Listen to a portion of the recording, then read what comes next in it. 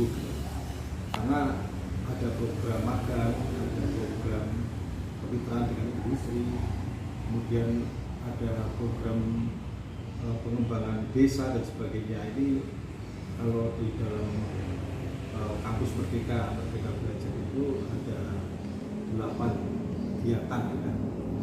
Yang intinya bahwa pendidikan di Indonesia itu harus merupakan pertumbuhan industri, karena untuk menjadi negara maju ya, itu harus industrinya tumbuh berkembang. Negara-negara adidaya nah, seperti Amerika, Jerman, RRC dan sebagainya itu semua industrinya kan berkembang sehingga mereka menjadi negara pengekspor. Ada mobil, ada HP, ada pesawat, ada produk yang dijual ke negara lain sehingga menghasilkan devisa. Inilah pentingnya pendidikan di Indonesia itu harus berorientasi pada pertumbuhan industri. Jadi ketika ada mata kuliah, ketika ada aktivitas yang tidak menopang pertumbuhan industri, ya harus direvisi supaya mata kuliahnya itu betul-betul sesuai dengan kebutuhan industri. Karena industri sendiri itu kan selalu berkembang. Industri sendiri itu membutuhkan inovasi, ya. Contohnya saja industri mobil saat ini harus mengembangkan teknologi hybrid supaya laku di pasaran, bahkan ke mobil listrik karena bahan bakar terus meningkat. Kebutuhan industri akan inovasi ini memerlukan SDM unggul, dan SDM unggul inilah dihasilkan oleh dunia pendidikan dari SD, SMP, SMA, SMK, politeknik, universitas dan sebagainya. Itu harus bisa membuat industri di Indonesia itu berkembang. Yang dimaksud industri di sini adalah bukan hanya industri mobil atau industri pesawat terbang, ya, tetapi adalah industri musik. Itu harus berkembang karena musik di Indonesia itu menjadi daya tarik internasional. Itu harus berkembang. Tentu akan ditopang oleh prodi seni musik, harus ditopang oleh sekolah musik, harus ditopang oleh pendidikan yang berorientasi kepada pertumbuhan industri musik. Kemudian juga industri perhotelan itu harus ditopang oleh sekolah pariwisata, oleh dunia pendidikan yang terkait dengan perhotelan, dari masalah marketing, masalah pelayanan sebelum dan pasca, ya, dan faktor-faktor apa yang diperlukan dalam industri perhotelan supaya industri perhotelan di Indonesia itu mampu bersaing dengan industri di luar negeri, itu apa saja. Nah, itu nanti dijabarkan dalam kurikulum sekolah-sekolah yang relevan. Kemudian juga industri pariwisata itu juga membutuhkan dunia pendidikan di dalam pariwisata. Dan industri mobil itu dibutuhkan oleh pendidikan yang terkait dengan industri mobil, ya, dari teknik mesin, bodi, kemudian desain, ya. Itu menunjukkan bahwa SDM kita itu unggul. Ketika di Indonesia banyak industri mobil yang berkembang seperti Toyota, Astra, Nissan itu mau berinvestasi di Indonesia, itu berarti di Indonesia ada SDM unggul. Oleh karena itu perguruan tinggi di Indonesia, SMK di Indonesia, politeknik di Indonesia dari SD sampai SMP itu harus menghasilkan SDM yang dibutuhkan oleh industri supaya industri itu berkembang. Jadi karena apa? Industri berkembang itu akan berdampak kepada kemakmuran. Karena apa? Ribuan tenaga kerja akan terserap. Ya. Kemudian di situ ada kesejahteraan, ada sekolah-sekolah, ada wisatawan datang karena industri pariwisata kita bagus. Ya. Ada ekspor mobil karena mobil yang diproduksi di Indonesia bagus. Itu nanti akan berdampak kepada tumbuhnya industri dan akan berdampak pada kemakmuran. Ya, jadi gitu. Terus kalau melihat saat ini kan kayak di Indonesia ya, itu kan saya baca kemarin itu mobil listrik Korea itu mendominasi di Indonesia, itu faktor apa? Korea bisa mengalahkan Jepang? Ya, karena inovasi industri Korea lebih tinggi, ya, lebih dibutuhkan oleh masyarakat Indonesia. Semakin tinggi kebutuhan teknologi yang dipenuhi ya oleh industri itu akan mengundang pasar, meningkatkan pasar dengan harga yang terjangkau, lebih efisien, lebih modern dan sebagainya. Itu membuat mereka akan lari, konsumen itu akan lari ke industri yang lebih hebat, lebih canggih, tapi harga terjangkau. Dan di situ di mobil-mobil Korea sudah memenuhi syarat itu, teknologinya canggih dan mobil listrik gitu. Karena bahan bakar terus meningkat ya, sehingga sekarang menjadi laku keras ya untuk mobil listrik ini ke depannya. Nah ini makanya Pak, inovasi yang diperlukan oleh industri itu memerlukan SDM unggul. Dan jauh-jauh hari sebelumnya SDM unggul itu harus ditangkap oleh dunia pendidikan, riset-riset perguruan tinggi, riset-riset dunia pendidikan sudah menjangkau teknologi 5 tahun, 10 tahun yang akan datang ya. Dan diimplementasikan ya. Industri yang memiliki SDM unggul itu nanti yang akan unggul. Sedangkan industri yang tidak memiliki SDM yang berinovasi akan mati. Ya. Ketika Siemens tidak bisa bersaing di bidang inovasi, ya mereka kalah sama Samsung, akhirnya konsumen memilih Samsung, yang lain tidak laku, tutup industri. Jadi kuncinya untuk bisa eksis menjadi negara industri maju adalah dunia pendidikan, untuk bagaimana selalu berinovasi terhadap perkembangan teknologi baru. Ya. Negara Korea bisa menjadi negara kuat, negara yang disegani, negara yang kaya raya saat ini ya, karena dunia pendidikannya itu berorientasi kepada kebutuhan industri, sehingga industri di Korea berkembang menjadi negara pengekspor mobil, menjadi negara pengekspor barang-barang yang dibutuhkan di Indonesia. Ya, HP dan sebagainya. Jadi dunia pendidikan ini penting sekali. Jadi kalau bahkan ada profesor ya, yang ketika di Jerman itu saya sempat terinspirasi sampai sekarang itu, bahwa pendidikan yang tidak menopang pertumbuhan industri adalah pendidikan yang sia-sia. Sampai segitunya. Sampai begitu pentingnya peran pendidikan disampaikan seperti untuk pertumbuhan industri. Dan sekarang ya. Ini Mas. Ya, ketika pendidikan itu hanya tidak link, artinya hanya sekedar teori, tidak link dengan industri, itu berarti pendidikannya tidak berguna. Menurut negara industri itu pendidikan yang sia-sia. Jadi pendidikan itu harus terkait dengan kebutuhan industri. Kebutuhan industri itu butuh apa? Oh, butuh teknologi mobil hybrid, oh butuh teknologi baterai. Maka di dunia pendidikan harus belajar mempelajari itu semua, meriset itu semua, sehingga menjadi masukan bagi industri ya untuk berinovasi. Untuk berinovasi kan butuh SDM unggul. Nah, SDM unggul dihasilkan dari perguruan tinggi, dari politeknik, dari dunia pendidikan. Ini tantangan ke depan adalah bagaimana link and match itu bisa diterima oleh kalangan pendidikan.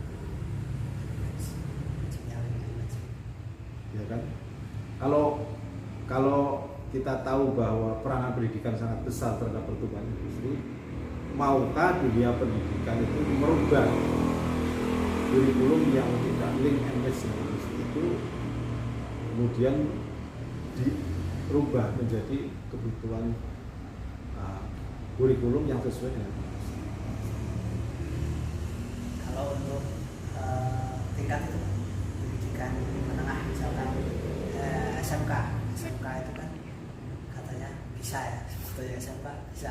Itu bagaimana supaya dia bisa link and match dengan dunia industri sehingga ketika lulus itu dia sudah siap untuk kerja?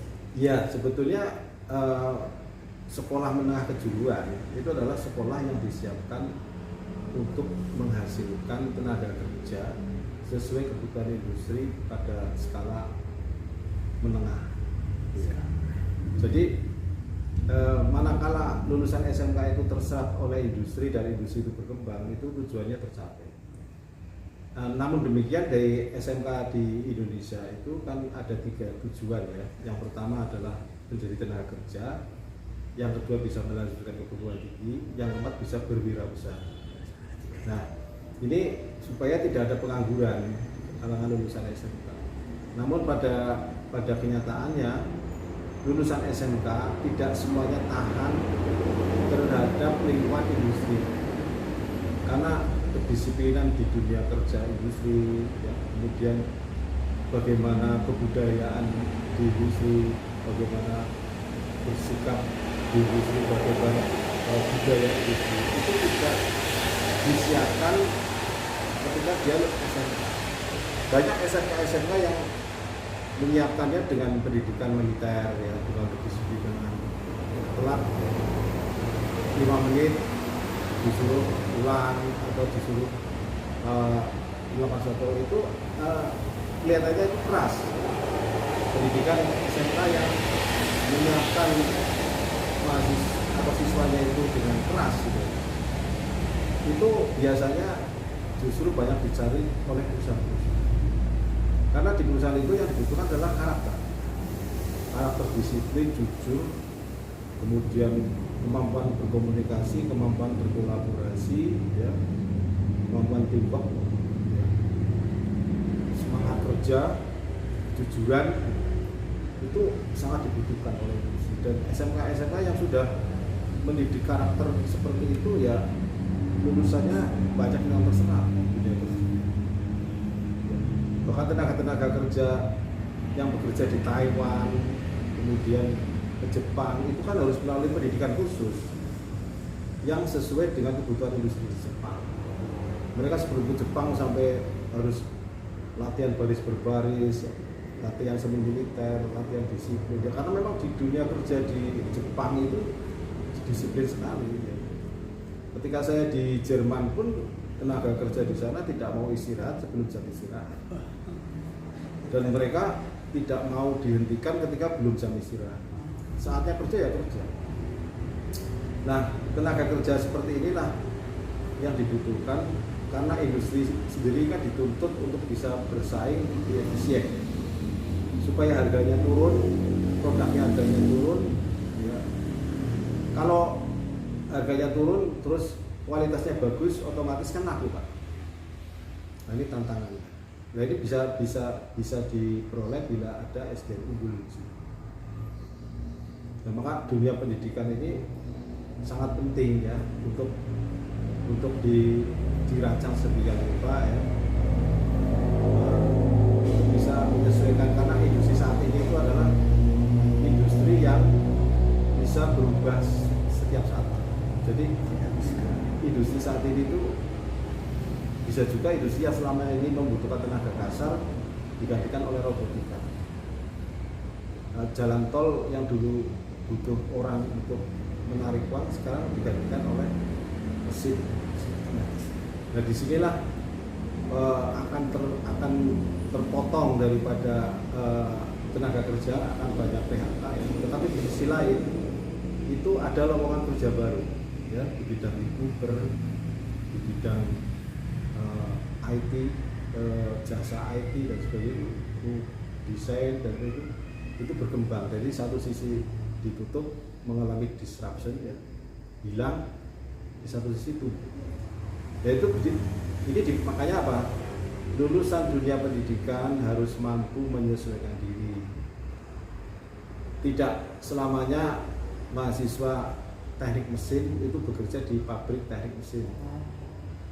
Bisa juga dia kuliahnya teknik mesin, mempelajari teknik mesin, begitu lulus kerjanya di bank. Kan banyak seperti itu.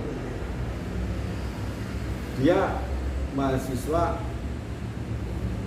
jurusan perhotelan, terus direkrut di bank. Artinya memang kebutuhan bank itu memang butuh orang-orang dari berbagai keahlian. Jadi kalau yang lulusan teknik mesin, lulusan perhotelan tadi tidak sanggup menyesuaikan diri, maka dia adalah pengangguran. Maka lulusan dunia pendidikan idealnya adalah lulusan yang mampu menyesuaikan dengan kebutuhan industri. Tidak hanya kompeten saja dia, tapi kompeten tapi kaku. Nek orang ini aku mau kerja. Terus seperti ini Pak, pernah viral itu mahasiswa sarjana yang udah lulus sarjana, dia digaji 7 juta tapi tidak mau. Pernah viral itu. Menurut pendapat Pak sebagai pakar pendidikan gimana?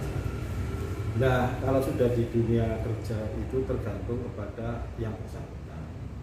Kalau mereka ya minta digaji besar, minta digaji kecil, itu hak mereka. Mereka tidak mau digaji 7 juta, mereka minta 15 juta atau 10 juta, itu hak mereka. Mungkin mereka mempunyai kemampuan untuk memajukan perusahaan ya. Bagi perusahaan mungkin akan menilai apakah ini betul-betul mampu apa tidak untuk bekerja. Kalau memang perusahaan mampu ya, dan dia bisa menunjukkan prestasinya, itu wajar.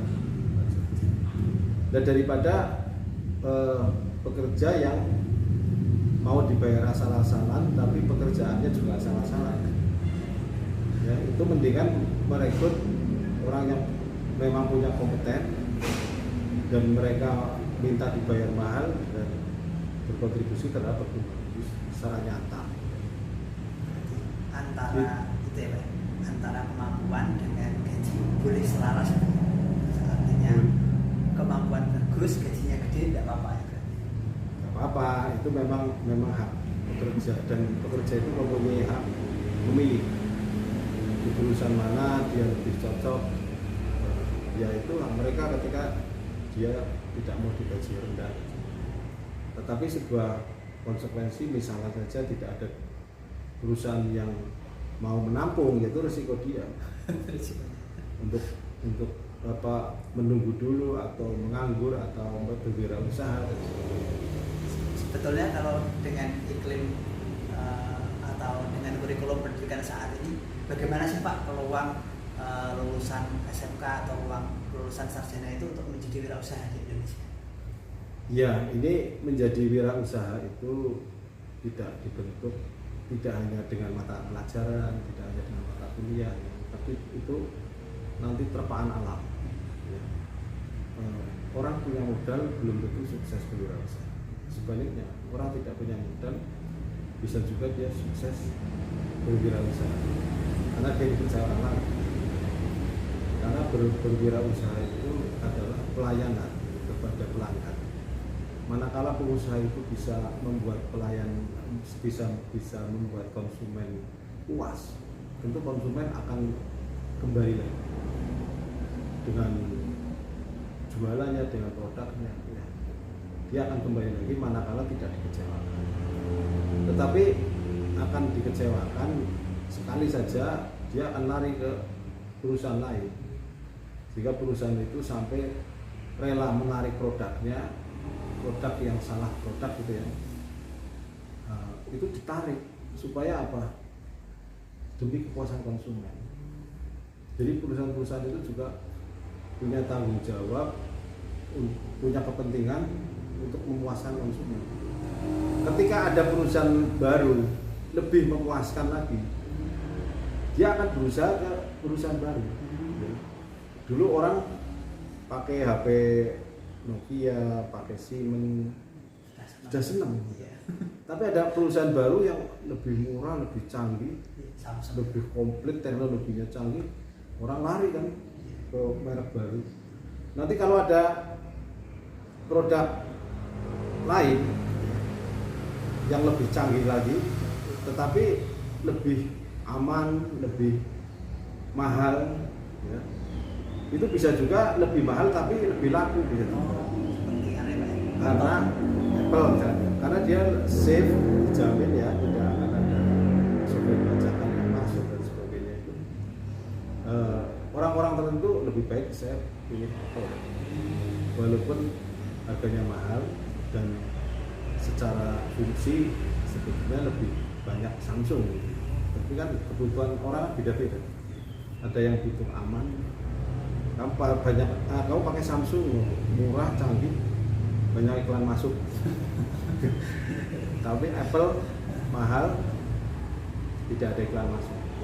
Nah, artinya kan lebih safety, bukan memilih itu kan maksudnya. Nah, ini pentingnya dunia pendidikan untuk terus berinovasi ya, menyesuaikan dengan pertumbuhan industri. Nah, sekarang itu untuk kebutuhan data itu sudah di internet sudah banyak, YouTube apa. Jadi yang penting itu adalah kalau di pendidikan di SMK itu kan kurikulumnya membentuk pelajar Pancasila ya. Pelajar Pancasila itu ya ada 6 ciri situ. Dan itu salah satunya adalah ya harus memiliki kompetensi yang dibutuhkan oleh industri. Satunya itu. Iya. Jadi sebetulnya kurikulum Merdeka Belajar itu untuk menyiapkan lulusan pendidikan itu untuk menjadi lebih bersaing secara global. Iya, lebih bersaing itu kalau bisa diimplementasikan dengan baik ya. Jadi sebetulnya kalau saya melihatnya, kurikulum Merdeka Belajar itu dibuat untuk menyiapkan lulusan agar bisa menyesuaikan dengan perkembangan teknologi terbaru, dengan perkembangan industri terbaru. Itu yang perlu adalah mereka bisa menyesuaikan. Bisa juga yang dipelajari di saat ini itu 4 tahun kemudian sudah nggak dipakai. Ya contohnya dulu orang mempelajari karburator, sekarang udah nggak dipakai. Dulu orang mempelajari ketel uap, sekarang udah nggak dipakai. Bisa juga sekarang kita rame-rame mempelajari teknologi mesin autotronik, mesin berbahan bakar solar. Bisa juga nanti 10 tahun lagi sudah tidak dipakai karena orang pakai mobil listrik semua, kan nggak ada lagi mobil pistol. Sehingga yang dipelajari sekarang belum tentu 5 tahun itu masih dipakai. Berarti sekarang sudah mulai bergeser ke misalkan dari mesin ke mesin listrik. Mesin listrik ya. Jadi teknologi otomotif sendiri kalau kita pelajari ya, pertama adalah era mesin uap. Ada kereta bertenaga uap, mobil bertenaga uap, truk bertenaga uap. Kemudian muncullah internal combustion engine, mesin diesel, mesin bensin dipakai sampai sekarang. Kemudian muncullah mobil listrik. Ya, di situ tidak perlu bahan bakar, ya, tapi menggunakan listrik, ya, dengan cara energi disimpan dalam baterai, kemudian disalurkan ke motor listrik.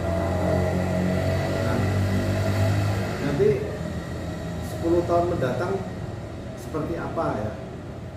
Kita tidak tahu, jangan-jangan nanti adalah mobil berbahan bakar air. Ya sekarang kan belum dikembangkan ya, tapi riset tentang mobil hidrogen itu sudah ada. Ya, namun belum diterapkan. Ya ini kadang kan pertimbangan bisnis juga ya. Jadi ketika industri sekarang berkembang ke mobil listrik, ya betul mobil-mobil internal combustion engine harus bisa menyesuaikan untuk berubah menjadi hibrid dan sebagainya. Ya kalau tidak nanti dia bisa tutup. Berarti nanti dengan kenaikan bahan bakar yang semakin tinggi tuh, Pak. Ya, berarti nanti persaingan perusahaan otomotif global itu sangat ketat ya? Karena saya melihat dari Korea itu seperti Hyundai itu kabarnya dia sudah memakai Tesla itu. Ya, jadi industri siapa yang bisa lebih berinovasi itulah yang menang. Ketika lambat berinovasi, dia akan kalah. Ya. Dulu belum ada mobil auto driver. Nah, sekarang sudah ada auto driver. Orang tinggal pencet otomatis, mobil jalan sendiri ya. Nah itu untuk di kota-kota besar sudah dipakai untuk angkutan massal. Angkutan massal ya, tetapi dia basisnya pada sensor-sensor ya. Ada yang berbasis pada sensor lain garis, ada yang berbasis pada sensor lain. Itu nanti akan terjadi. Ya tidak menutup kemungkinan nanti bis-bis kota itu juga tidak pakai driver. Yang sekarang kan yang kereta tanpa driver kan sudah ada di bandara.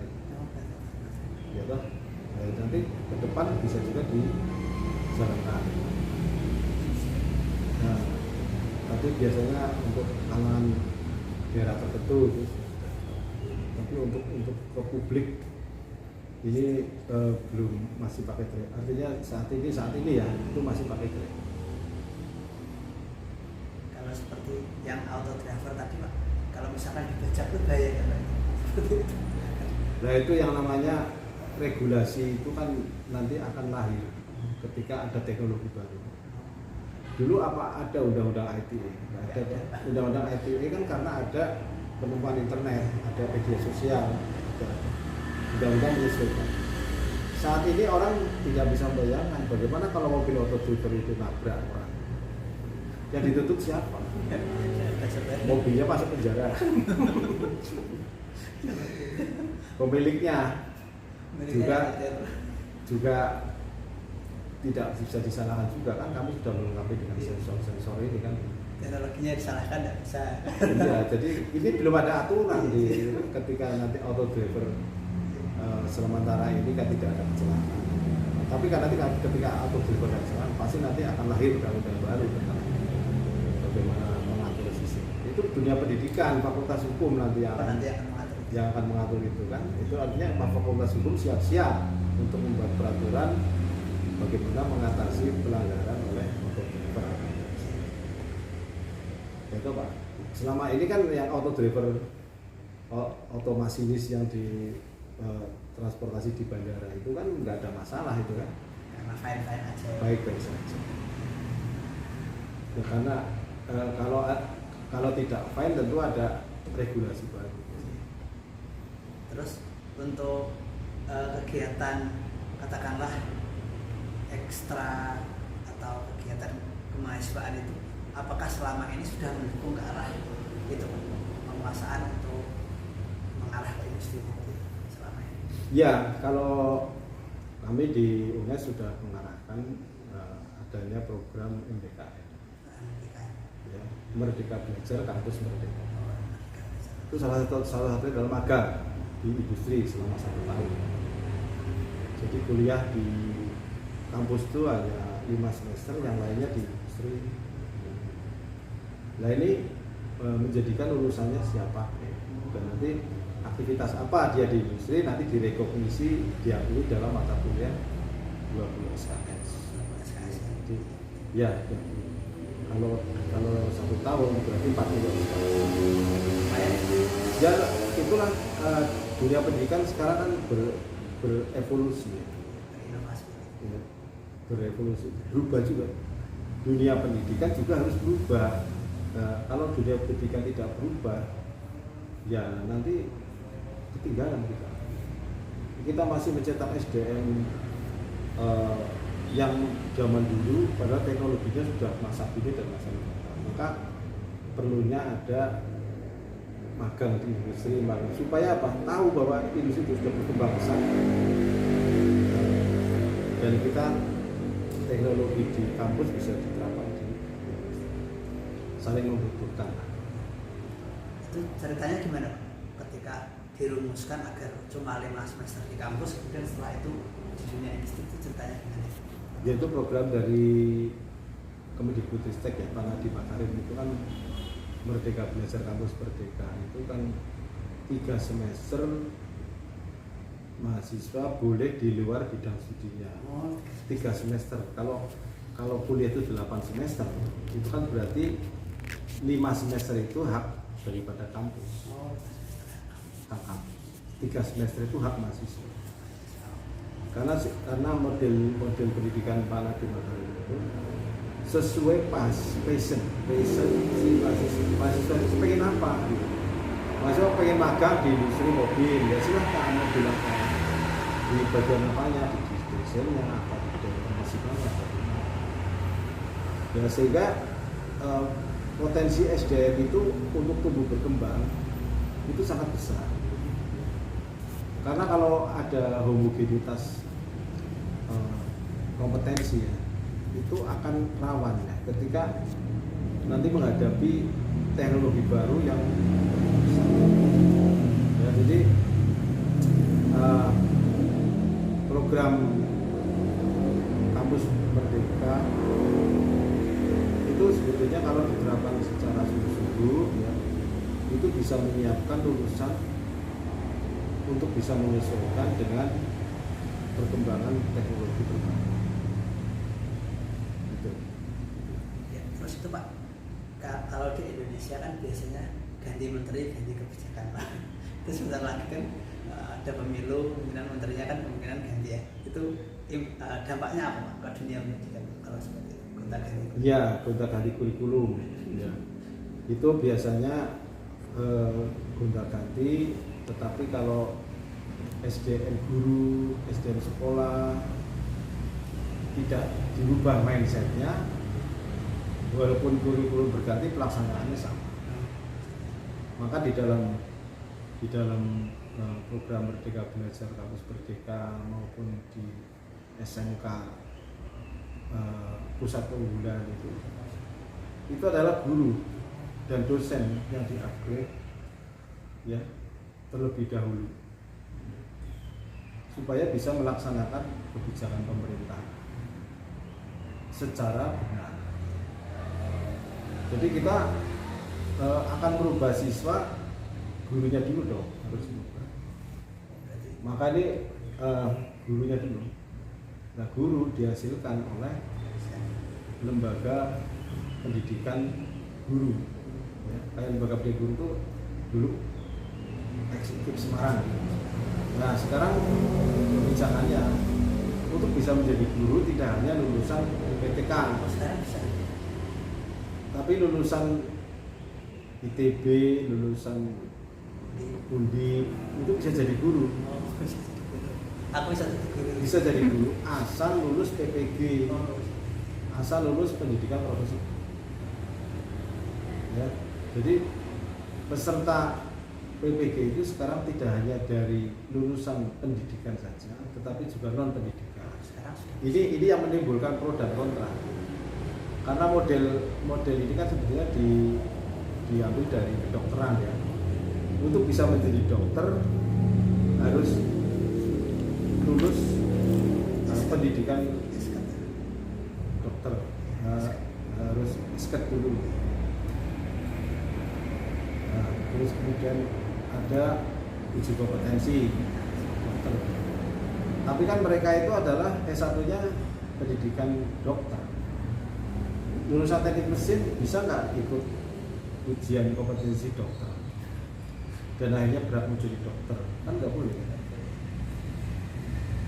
Ya, kan? Tetapi kalau di dunia pendidikan, dia bukan dari pendidikan guru, tetapi bisa menjadi guru asal lulus pendidikan profesi. Itu yang menunjukkan apa pro dan kontra kan di sini. Sehingga lulusan pendidikan guru itu menjadi daya saingnya tinggi. Persaingannya semakin tinggi karena yang non guru juga berat menjadi guru. Nah, ini kalau tidak punya kompeten, lama-lama bisa kalah. Ini adalah salah satu upaya untuk menghasilkan guru yang profesional, guru yang memiliki kompetensi pedagogik, kompetensi kepribadian, kompetensi sosial, dan kompetensi profesional. Dan itu pendidikan profesi guru itu sebetulnya ya nantinya mereka harus cinta terhadap profesi. Kalau dia dikatakan profesional, itu manakala sudah mencintai pekerjaannya. Kalau Anda guru belum mencintai pekerjaannya, keprofesionalnya diragukan. Tapi kalau Anda seorang guru mencintai pekerjaan Anda, kemudian Anda total meluangkan waktu pikiran di sana dengan sungguh-sungguh, itu namanya guru profesional. Ciri-ciri guru profesional itu adalah mencintai profesi pekerjaan. Jadi kalau ada guru yang belum mencintai pekerjaannya, itu berarti diragukan profesionalnya. Berarti masih sekedar hobi gitu. Ya mungkin ada sekedar mendapatkan penghasilan. Terus selama ini kalau untuk lembaga pendidikan kalau PTK ya, yang menghasilkan guru itu dengan adanya diperbolehkannya non pendidikan menjadi guru itu, langkahnya apa Pak agar tidak kalah bersaing dengan yang non pendidikan seperti itu? Ya langkahnya adalah menyiapkan kurikulum SDM, ya, kemudian proses meningkatkan kompetensi, memperbesar mata pelajaran yang dibutuhkan oleh SMK, ya. Itu. Dan yang penting lagi adalah menyiapkan karakter untuk menjadi guru yang profesional. Anda pintar, Anda dari universitas yang menguasai teknologi canggih, tapi karakternya ada. Sekolah LPTK itu kemungkinan karakternya yang lebih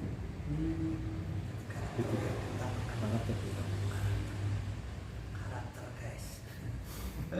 Berarti kalau seperti itu maka nanti persaingannya lebih ketat lagi. Iya, karena kalau sudah pendidikan profesi guru itu bukan kompetensi saja, itu karakter itu menjadi ciri utama. Saya guru kalau tidak berkarakter bagaimana bisa ditiru oleh siswanya? Kalau guru pinter kelas, pinter mesin, tapi dia sok tahu, sok jagoan, nggak mau kerjasama, ya kan malah merepotkan sekolah. Tapi kalau berkarakter, hormat pada teman, hormat kepada pemerintah, hormat kepada siswa, pembentukan karakter siswa menjadi berkarakter juga. Karena yang dibutuhkan dunia industri itu adalah karakter. Kalau kompetensi bisa industri melakukan, tapi kalau karakter kan nggak bisa. Karakter itu dididik di dunia pendidikan. Di dunia pendidikan, semua dunia pendidikan itu yang mendidik muaranya karakter. Jadi karakter itu karakter semangat bekerja, semangat belajar, semangat membantu. Itu 80% keberhasilan lulusan pendidikan itu adalah pada karakter soft skill. Iya. 80%. Luar biasa. Anda kuliah di bahasa Indonesia misalnya, kompetisinya bagus, tapi tidak bisa bekerja sama, tidak hormat pada orang tua, tidak disiplin, saya diri, merasa paling pintar. Kira-kira bisa terserap kerja nggak? Ada sekolah yang mau menerima nggak? Anda pinter loh padahal. Itu mungkin ya Sulit toh? kayak kepala sekolah ya nggak mau kalau nggak mau kerja sama. Nah iya, tapi kalau kamu biasa-biasa aja, tapi mau belajar karakternya bagus, mau bekerja sama, nah itulah yang dicari. Sekolah Berarti dengan demikian kemampuan bekerja sama atau teamwork itu bagian dari karakter ya. bagian dari karakter. Kalau di luar negeri sebetulnya soft skill. Soft skill ya. Bahkan sampai Jadi 80%. 80%. Dan soft skill itu biasanya diperoleh pada pelajaran ekstrakurikuler, dari ekstrakurikuler. kegiatan OSIS, kegiatan lembaga kemahasiswaan, BEM, DPM, MPM, lembaga riset itu. Makanya di UNES itu ada 64 UKM untuk menampung mahasiswa yang ingin berkembang sesuai dengan passionnya, dan mereka berlatih menjadi pemimpin, berlatih menjadi teamwork, berlatih event organizer. Itu kan nanti ada komunikasi, ada rapat, ada pertemuan, itu yang mengembangkan solusi. Dan itu nanti yang memudahkan mereka dapat pekerjaan dan tidak. Itu kemampuan mereka berkomunikasi, berkolaborasi.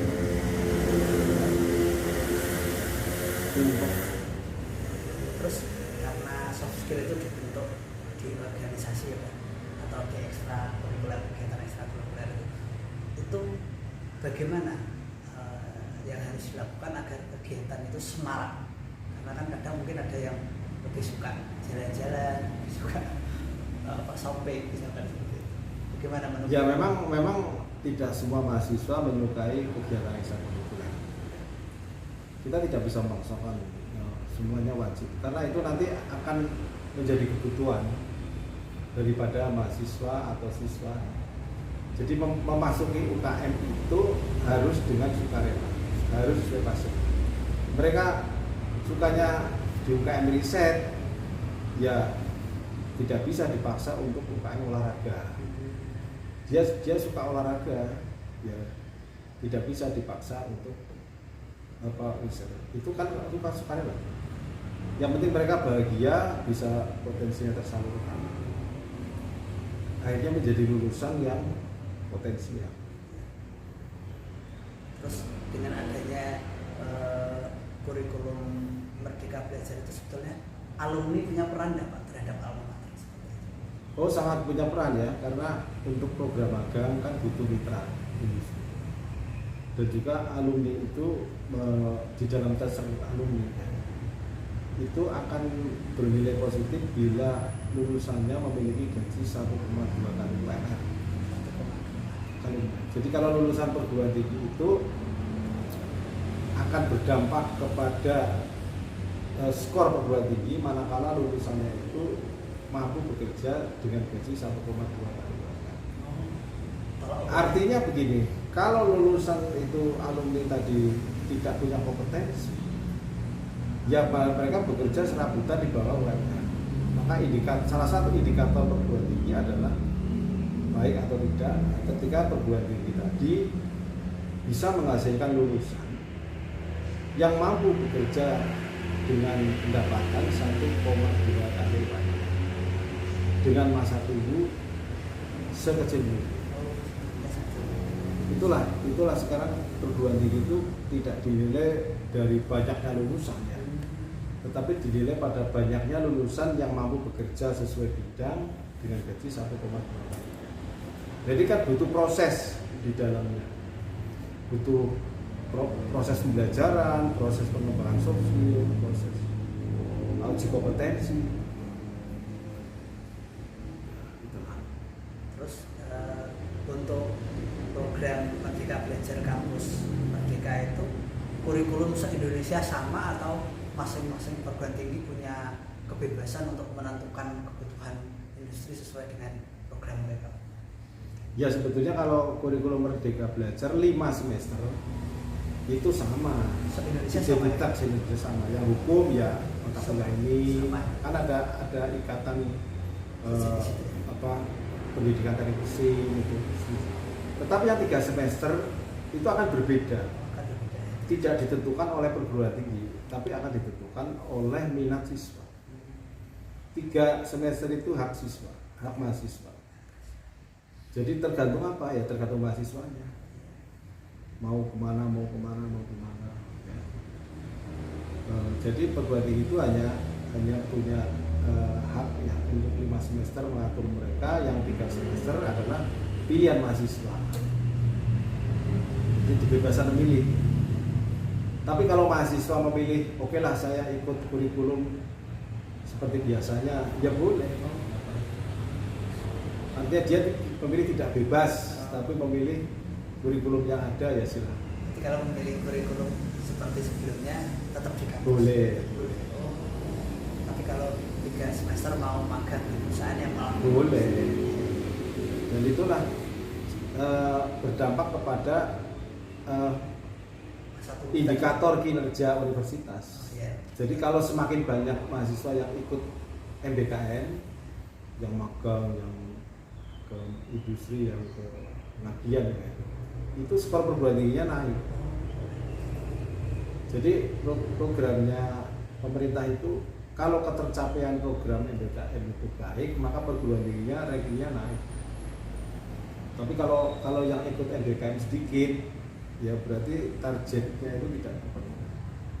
Terus Pak, itu kan ada penelitian bahwa Undip itu lulusannya paling cepat diserap dunia kerja itu faktor apa Pak yang membuat Undip bisa seperti itu? Itu kan peringkat pertama se-Indonesia. Undip itu ya kan tiap-tiap perguruan tinggi memiliki ciri khusus. Misalkan UNES itu adalah kampus yang berwawasan konservasi dan bereputasi internasional. Undip mungkin juga di sana kampus riset. Terus perguruan tinggi lain mungkin ciri khasnya beda. Ya mungkin dari apa yang diproses di Undip itu sudah betul-betul sesuai dengan kebutuhan industri, sesuai dengan kebutuhan tenaga kerja. Ya mungkin ketika proses melibatkan industri, ketika proses sudah melibatkan industri mengajar di situ, sehingga karakternya, lulusannya itu sudah disiapkan. Dan memang ke depan semua perguruan tinggi harus begitu, harus melibatkan industri dalam proses pendidikannya, yaitu melibatkan tenaga ahli industri mengajar di universitas, melibatkan industri dalam misalnya kurikulum. Berarti istilahnya partisipasi Link and match tadi. dunia industri tadi ya Pak. Nah, ya, kan kalau tadi link and match tadi itu kan apa yang dikerjakan di kampus sesuai dengan industri kan dampaknya kan pertumbuhan industri. Nah kalau kampus yang sudah berorientasi pada pertumbuhan industri, otomatis lulusannya mudah terserap. Dan ini berdampak pada lulusannya yang langsung bekerja di industri. Itu implementasi dari pendidikan harus merupakan industri. Itu kan tadi prosesnya melibatkan industri. Berarti kalau sudah didukung oleh industri, tinggal menjalankan ya Pak. Misalkan industri dia memasukkan ide apa di kurikulum, ya itu tinggal dijalankan seperti itu. Ya dijalankan bersama-sama. Dalam prosesnya industri dilibatkan. Ya, dunia pendidikan itu kan sebetulnya untuk melayani industri supaya industri berkembang.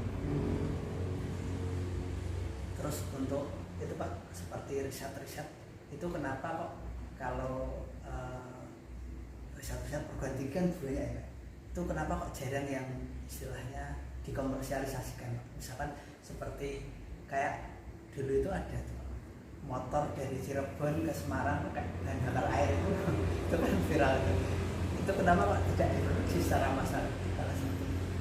Ya karena tugas dunia pendidikan itu hanya membuat prototipe untuk keperluan industri untuk diproduksi secara massal.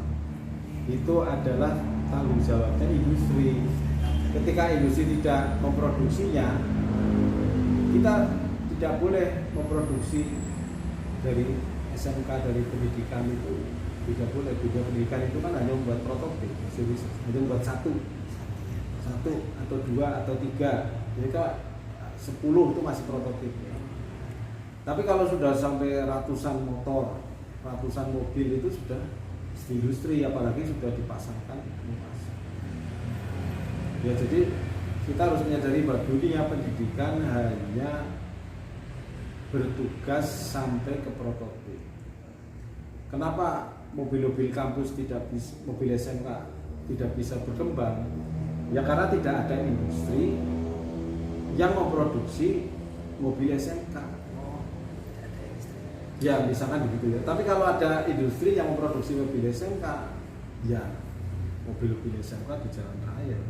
Seperti Mopnas Timur dulu itu ya. Nah, Mopnas Timur. sempat jalan dulu zaman Orde Baru.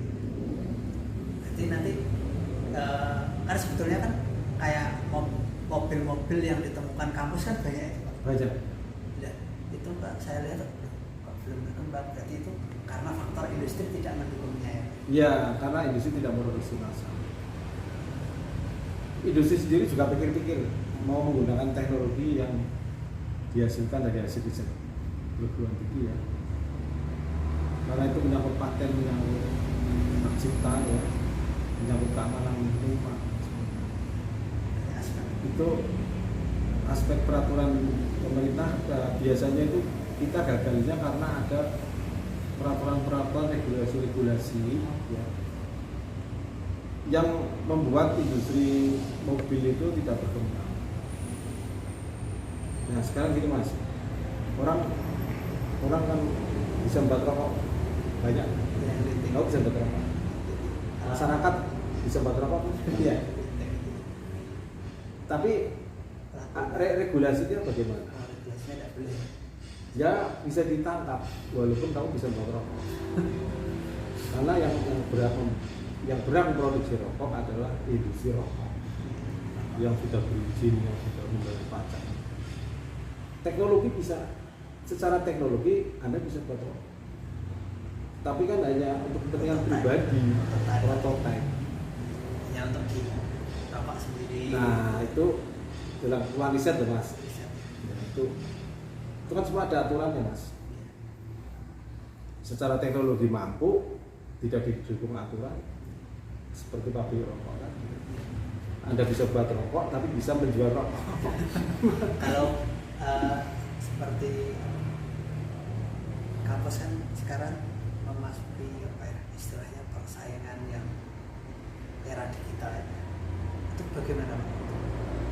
Istilahnya agar kampus itu bisa bersaing dengan kampus-kampus level dunia lah, misalnya dari Jerman, dari Amerika, gimana?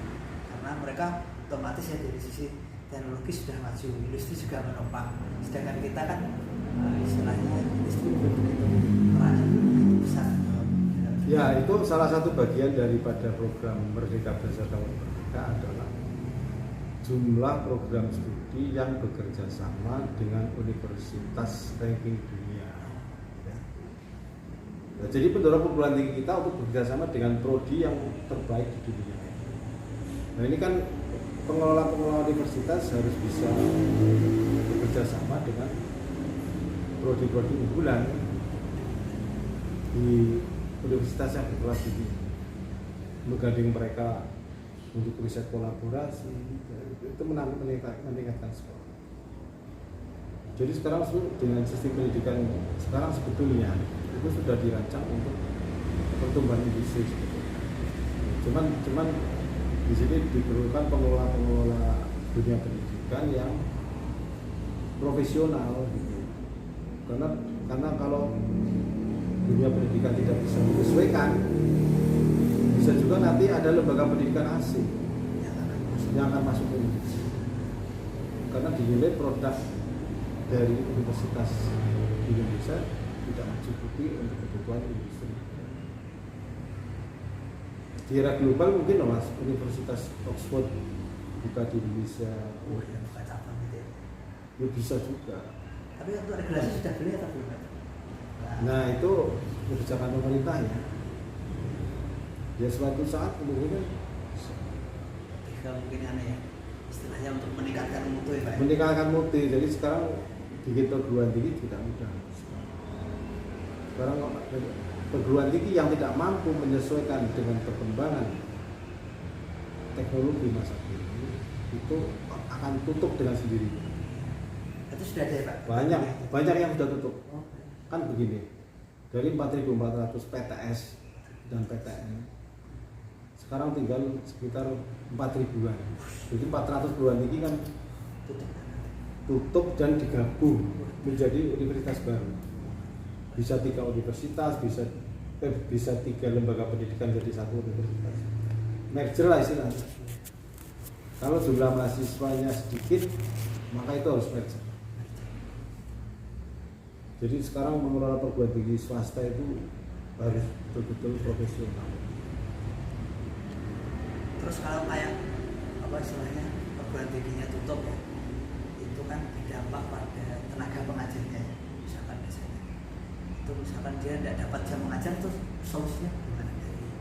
Ya tergantung kontrak mereka terhadap universitas bagaimana.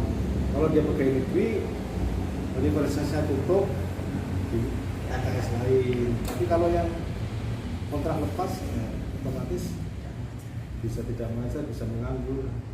Itu dampak dari regulasi. Terus sebetulnya kalau menurut pengamatan Bapak sebagai pakar pendidikan, itu sebetulnya apa sih strategi yang harus dijalankan oleh PTS agar mampu eksis? Karena untuk menjadi mahasiswa baru itu tidak mudah. Ya, jadi PTS itu harus bisa merubah diri ya, menjadi perguruan tinggi yang mencetak lulusan sesuai kebutuhan industri.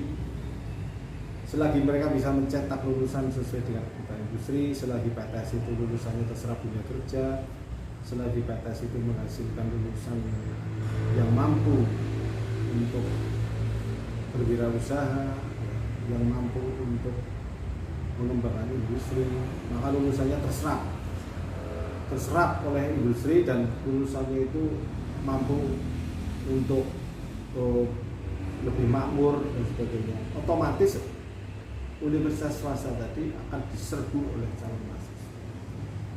Kan banyak PTS-PTS yang jadi rebutan mahasiswa, ya karena dijamin lulusannya mampu terserap kerja.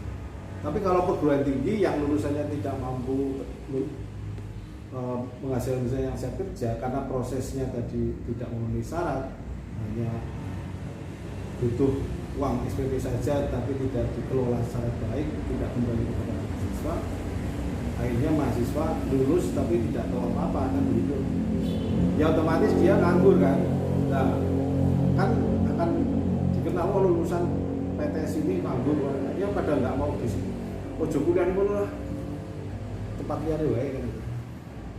Terus seperti ini, kalau fenomena di Indonesia kan lembaga pendidikan negeri kan seolah-olah tanpa iklan pun sudah diserbu pendaftar. Itu sebetulnya bertolak orang tua dan calon peserta didik itu menyerbu lembaga pendidikan yang negeri dibanding lembaga pendidikan yang swasta. Ya memang kan kebijakan pemerintah dari SD sampai SMP kan gratis. Ya, kemudian di SMK juga gratis, di SMA gratis. Ya tidak semua perguruan tinggi negeri, tidak semua sekolah negeri diserbu oleh calon mahasiswa. Tapi yang diserbu adalah sekolah negeri yang prosesnya bagus, menghasilkan lulusan yang mampu diterima di perguruan tinggi unggul. Nah, yaitu sekolah yang mampu menghasilkan siswanya juara-juara olimpiade tingkat nasional dan internasional.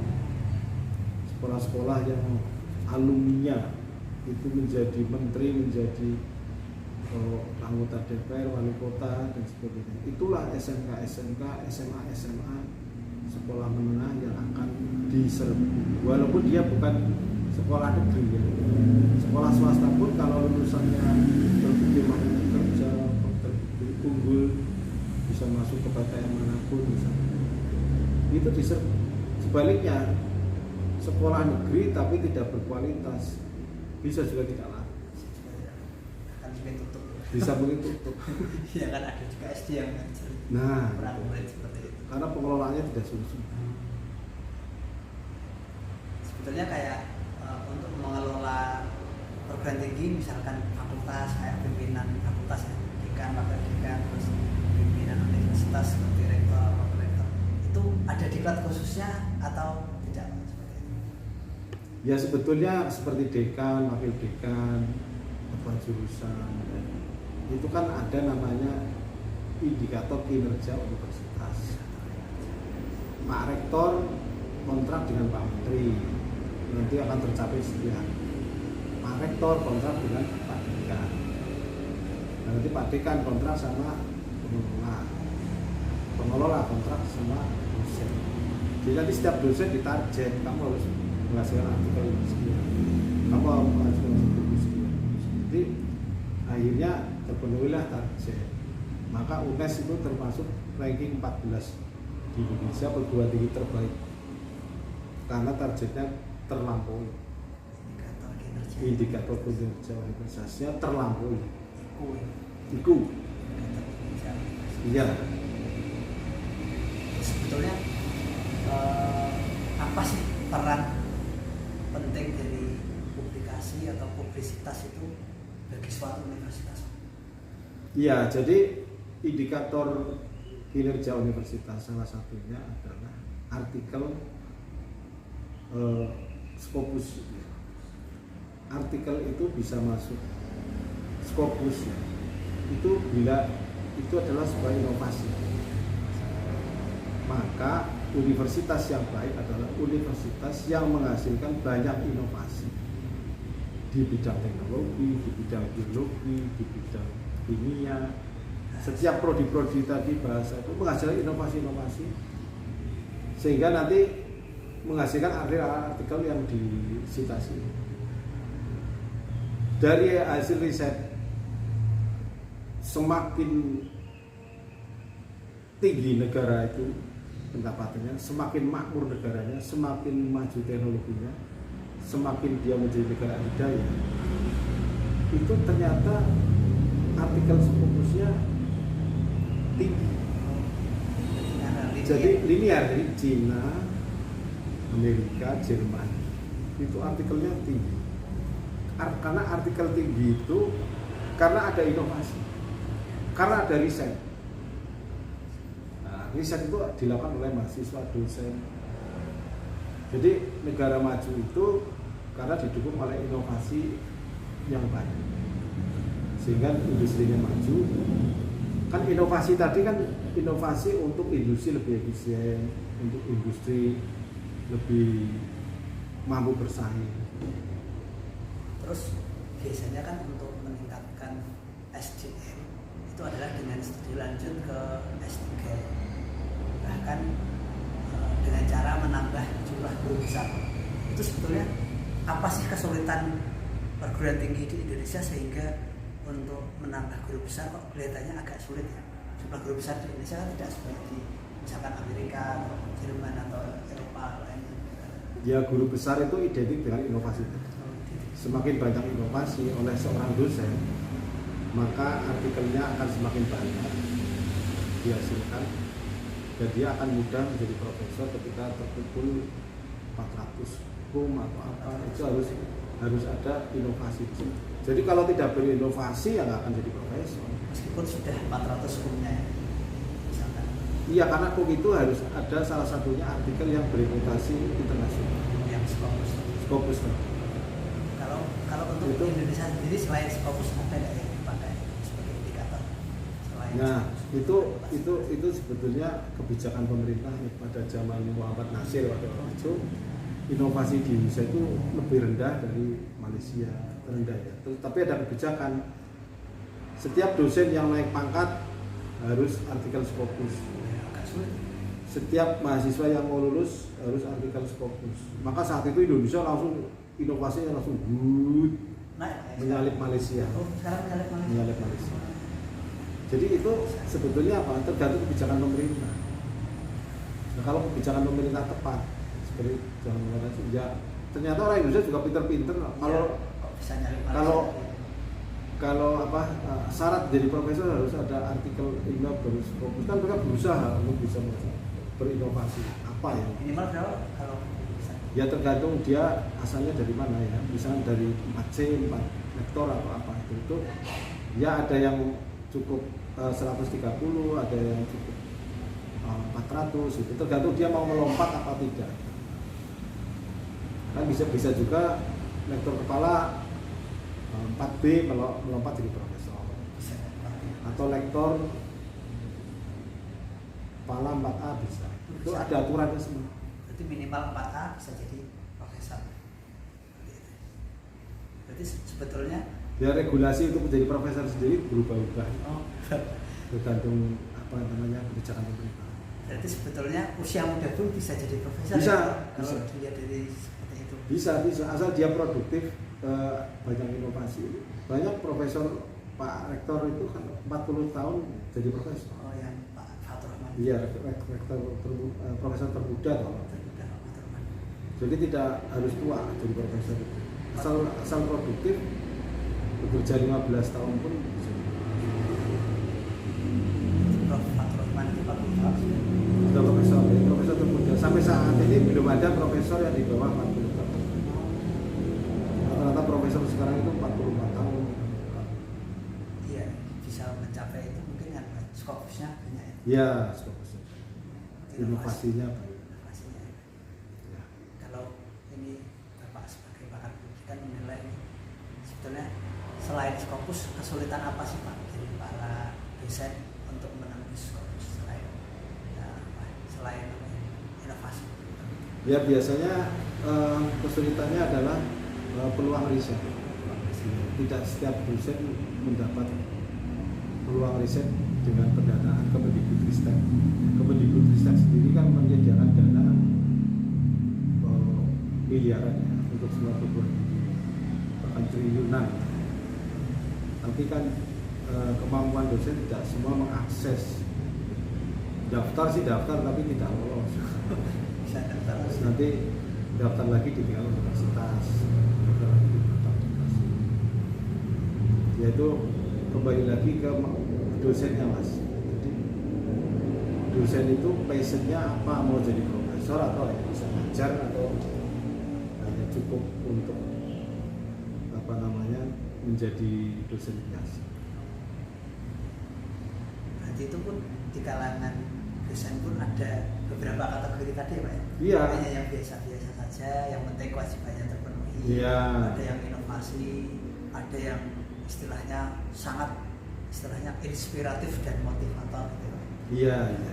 Jadi kan kalau dosen itu kan ada yang hanya mengajar, terus ada yang mengajar dan riset, ada juga yang mengajar riset tapi juga pengelola, baik itu pekajur, dekan, wakil dekan, rektor, itu adalah tugas tambahan. Namanya tugas tambahan.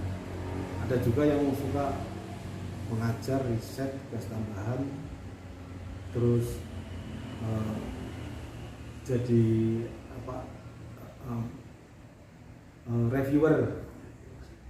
reviewer ban PT di perguruan tinggi lain. Kalau sudah dosen itu kan bisa kemana-mana, bisa pakar ahli, bisa asesor, bisa jadi menteri, bisa jadi presiden. Nanti pengembangannya kembali kepada pribadi. Ya nggak Mas? Kan kembali kepada pribadi. Namanya presiden tidak harus profesor. Yang namanya menteri tidak harus profesor. Sekarang bahkan yang menjadi anggota DPR juga belum butuh profesor. Sama minimal. Jangan kembali yang dibutuhkan itu apa? Untuk menjadi istilahnya dosen minimal S2 ya Pak? Minimal S2. Untuk menjadi anggota DPR cukup lulusan SMA. Terus dengan berbagai istilahnya pengembangan diri seperti tadi itu, sebetulnya daya saing SDM perbandingan kita itu gimana Pak di mata dunia sebetulnya daya saingnya? Karena tadi kan saya mendengar dari bahwa ternyata skopus kita pun naik. Daya saing kita itu gimana dalam percaturan global? Di dalam percaturan dunia itu indikatornya salah satunya adalah artikel Scopus. Indikatornya adalah inovasi. Banyak sedikitnya inovasi, berkualitas atau tidaknya inovasi. Itu yang membuat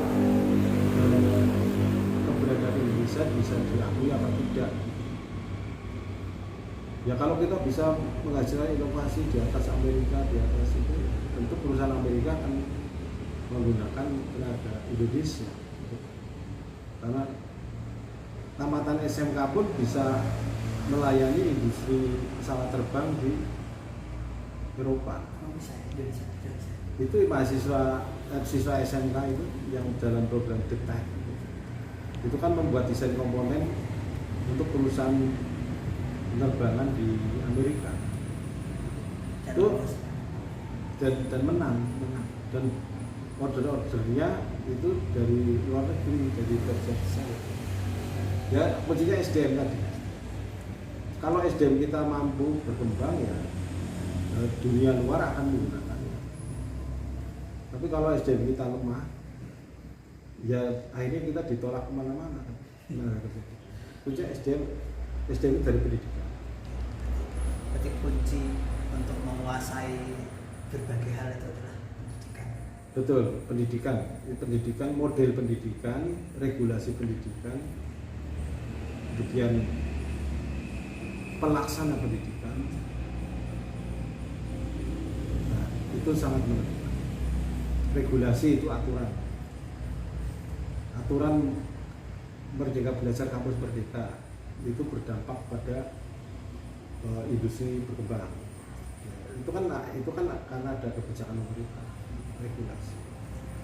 Yang kedua, pengelolanya, gurunya bagaimana, siap nggak menghadapi kurikulum perubahan. Kalau siap ya berkembang. Yang ketiga siswanya mampu nggak menyelesaikan. Ya itu kalau harus bersinergi ya antara kebijakan, kemudian guru, pengelola, dunia pendidikan, sama orang tua siswa, berpengaruh. Itu berpengaruh. Kalau di program ini sendiri Pak, seberapa besar sih peran orang tua kan? Biasanya kan jarang ya orang tua yang ngurusin kuliahnya anaknya sudah bisa ngurusin sendiri. Peran orang tua sendiri kalau di dunia. Kalau secara akademik dia tidak punya peran terhadap nilai terhadap apa. Dia peranannya terhadap misalkan kelancaran dalam membayar UKT, terus kemudian dukungan terhadap mahasiswanya pada anaknya. Karena tidak semua orang tua itu mendukung anaknya untuk kegiatan menwa misalnya. Karena di menwa kan berisiko fisik karena sakit anaknya, itu tidak berpengaruh. Ya pada dasarnya mahasiswa itu adalah manusia dewasa. Orang tua itu hanya sekedar memberi informasi, menyarankan, tapi keputusan harus di tangan mahasiswa, tangan anaknya. Karena pemilihan program studi ya itu harus sesuai dengan keinginan mahasiswa. Banyak mahasiswa gagal karena pemilihan program studi sesuai keinginan orang tua. Ini perlu disampaikan ya bahwa untuk menguliahkan anak-anak itu, menguliahkan mahasiswa untuk menguliahkan anak-anaknya itu harus sesuai dengan keinginan mahasiswa. Jangan sampai orang tua intervensi, jurusan ini nanti jangan. Nanti dia kalau gagal menyalahkan orang tua. Tapi kalau memang pilihan sendiri, nah, kita hanya memberikan pertimbangan kalau ini. Biasanya mereka punya pertimbangan. Ya ada mahasiswa yang semester 14 belum lulus. Lah, saya dulu milih jurusan teknik mesin itu atas perintah orang tua saya. Padahal saya pengennya teknik elektro. Gampang. Itulah makanya orang tua berperan dalam kesuksesan anak. Jadi kebebasan untuk memilih seperti itu ada pada haknya mahasiswa. Tidak boleh dipaksa. Itu sebaiknya seperti itu. Ya, baik. Untuk Bapak Wera sebagai pakar pendidikan sendiri, bagaimana menerapkan pendidikan dalam keluarga sehingga anak-anak bisa sukses? Ya, kalau di dalam pendidikan keluarga itu kita memberi kebebasan. Mau masuk SMK mana, SMA mana, anak saya kan dua-duanya kepengen di SMA 3. Biasa bebas kan. Saya tidak memaksa harus masuk SMA 3 juga. Banyak anak-anaknya pengen SMA terbaik, ya sudah masuk SMA 3. Terus yang pertama itu masuk kedokteran tanpa tes. dan sekarang menjadi dosen fakultas kedokteran dan sekarang sedang studi S3 di Oxford University. Ya, saya membiarkan mereka untuk belajar sesuai pilihannya. Saya juga justru menanyakan kepada anak saya, kamu sudah mantap milih fakultas kedokteran? Loh, kenapa Pak? Karena masuk fakultas kedokteran itu tidak untuk gaya, tidak untuk supaya dikatakan pinter, enggak, tapi itu harus panggilan jiwa. Karena nanti kalau tidak panggilan jiwa, gagal. Karena nanti harus belajar keras, belajar siang malam. Ketika jadi dokter juga harus panggil malam-malam, harus ke rumah sakit malam hari. Kalau tidak panggilan jiwa, tidak bisa. Itu harus panggilan jiwa.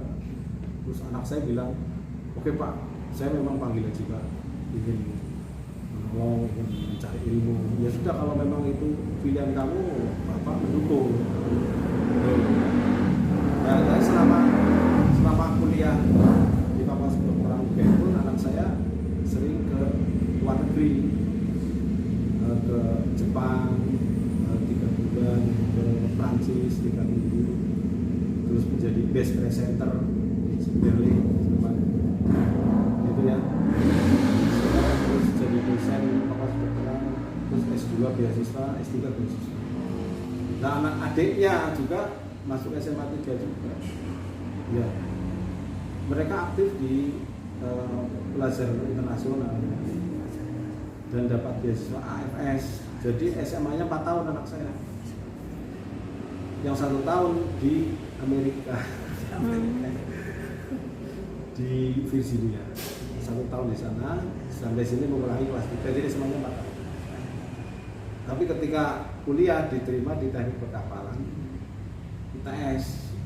Nah, selama jadi mahasiswa juga sering keluar negeri, ikut lomba robot kapal di Florida, Amerika, juara 1 robot kapal tingkat dunia. Luar biasa. Anak saya kemudian sebagai kepala departemen mekanik di tim baru rasa ITS. Nanti dari Amerika pulang terus dia ke Prancis, ikut konferensi menemukan kren otomatis. Ya sudah, terserah mereka. Ya, sekarang mereka dalam dunia pendidikan saya memberi kebebasan pada mereka, yang penting sesuai passion mereka, sesuai kesenangan mereka. Kita nggak boleh turut campur menasihati, ini nggak usah, dilepas saja, ya kita berdoa saja. Yang penting anak-anak happy, mau ke Amerika silakan. Terus Pak, itu kan dengan pengalaman internasional kemana-mana itu sebetulnya ketika sekolah itu belajar bahasa Inggrisnya bagaimana kok bisa sampai kemana-mana? Ya itu kalau sudah atas kemauan sendiri, ya. Anak saya yang kedua itu hanya tiap hari nonton film Amerika. Hanya nonton film saja. Setiap hari nontonnya film Amerika. Dan ketika dia seleksi di AFS itu malah penelitiannya meneliti perbedaan film-film Amerika dan film-film Indonesia. Ternyata anak saya itu menemukan bahwa model film, judul film di negara-negara itu sesuai dengan kebudayaan. itu saya juga kaget ya. Orang Amerika buat filmnya Rambo karena mereka suka berperang kan, Amerika suka berperang, bikin film robot perang karena Amerika kan budayanya suka berperang, suka menginvasi ke Iran kemana-mana ya, maka film-filmnya pun adalah film perang yang diproduksi oleh mereka. Dan terus Indonesia menurut saya itu filmnya yang tumbuh adalah film-film mistik, film-film horor. Contohnya Suster Ngesot, itu tinggi berarti. terus kuntilanak, hantu kubur gitu. Itu justru yang berkembang karena budaya kita adalah budaya Indonesia. Maka film-filmnya pun yang laku adalah film-film itu. Dan menurut anak saya, film India pun bisa berkembang karena memang budayanya sesuai budaya sana. Ternyata dari seleksi itu menemukan itu malah. Jadi dari mempelajari film-film Amerika, dia bisa menyimpulkan bahwa film sebuah negara itu tergantung pada budayanya. Jadi untuk menguasai bahasa Inggris itu hanya nonton film tanpa ada guru privat khusus. Nggak ada. Jadi dia pernah gurunya kan dia guru SMA ya. Dia pernah ada guru les di sini bahasa Inggris. Tapi kan banyak juga mengundang guru les tapi tidak berkembang. Kan banyak anak-anak siswa SMK ikut kursus tapi tidak berkembang kan.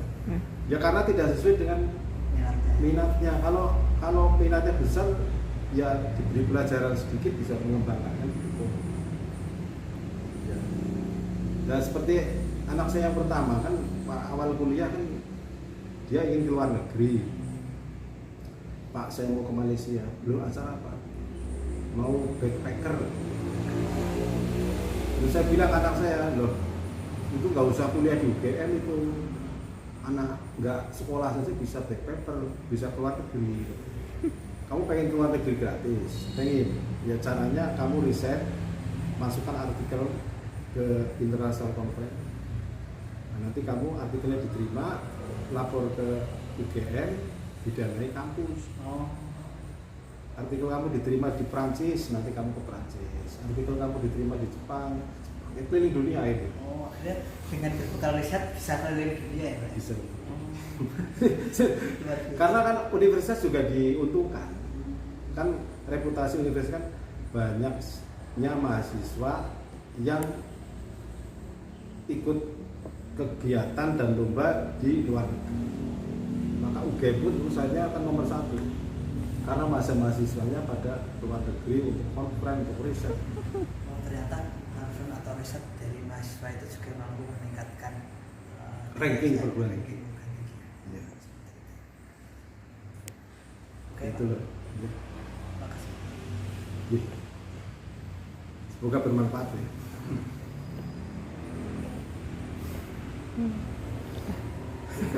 Udah. Take mana ya? Ya, benar. Take mana di syuting mana sekali? Apa? Besar. Belum. Mulai. Ya.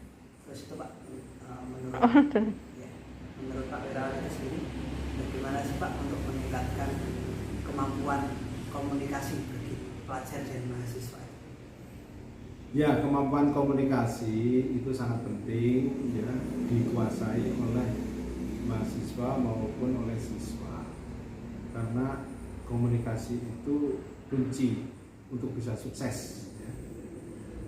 Banyak orang pinter tapi dia tidak bisa menyampaikan, tidak bisa berkomunikasi, akhirnya di dunia kerja dia hanya sebagai operator.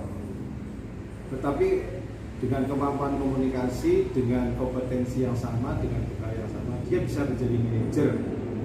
Banyak karena dia bisa memiliki kemampuan komunikasi, yaitu komunikasi. Komunikasi itu bisa kita sekolah.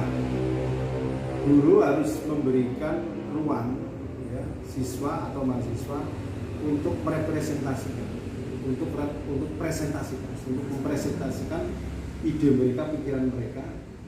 Jadi tergantung daripada guru, daripada sekolah, apakah memberikan pelajaran diskusi, apakah memberikan kesempatan pelajaran presentasi.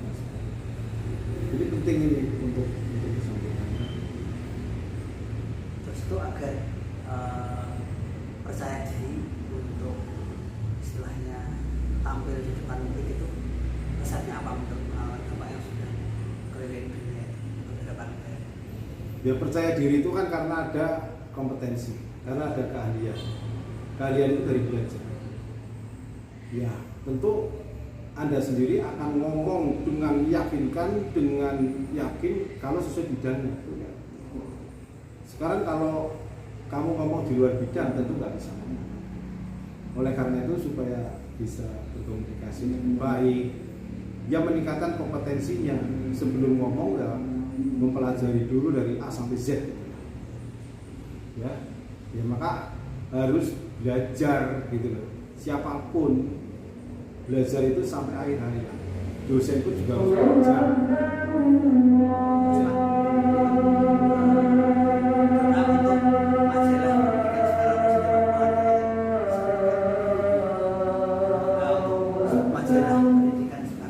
Oh ya, saya berdoa supaya majalah pendidikan Soekarno Press berkembang pesat ya, dengan cara berkomunikasi dengan para pakar, para ahli maupun para pengguna daripada dunia pendidikan.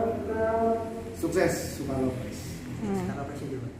Soekarno Pressindo selalu jaya di Indonesia.